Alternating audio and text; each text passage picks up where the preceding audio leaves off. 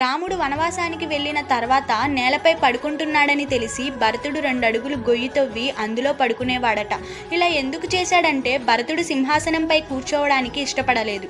ఎందుకంటే అర్హత కేవలం రాముడికి మాత్రమే ఉందని నమ్మాడు. అయోధ్య నగరానికి రాజు కావడం నాకు ఇష్టం లేదని కైకేయికి కూడా చెప్పాడు. భరతుడు వెంటనే రాముణ్ణి వెతుక్కుంటూ వెళ్ళి నా తల్లి చేసిన కుట్రలో నాకు ఎటువంటి పాత్ర లేదని రాముడికి చెప్తాడు. అయోధ్యకి తిరిగి రమ్మని రాముణ్ణి వేడుకుంటాడు. కానీ రాముడు తండ్రికిచ్చిన మాట కోసం 14 ఏళ్లు వనవాసం చేసిన తర్వాతే అయోధ్యలో అడుగు పెడతానని భరతుడికి చెప్తాడు. రాముడి మీదున్న అభిమానంతో రాముని పాదరక్షకులు భుజంపై మోస్తూ అయోధ్యకు తిరిగి వచ్చి సింహాసనం మీద పెట్టి రాముని పేరుతో అయోధ్యని పరిపాలిస్తాడు.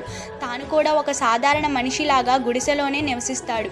రాముడు నేలపై పడుకుంటున్నాడని తెలిసి అన్నకి సమానంగా నేలపై పడుకోకూడదని 2 అడుగులు గొయ్యి తీసి అందులో పడుకుంటాడు భరతుడు.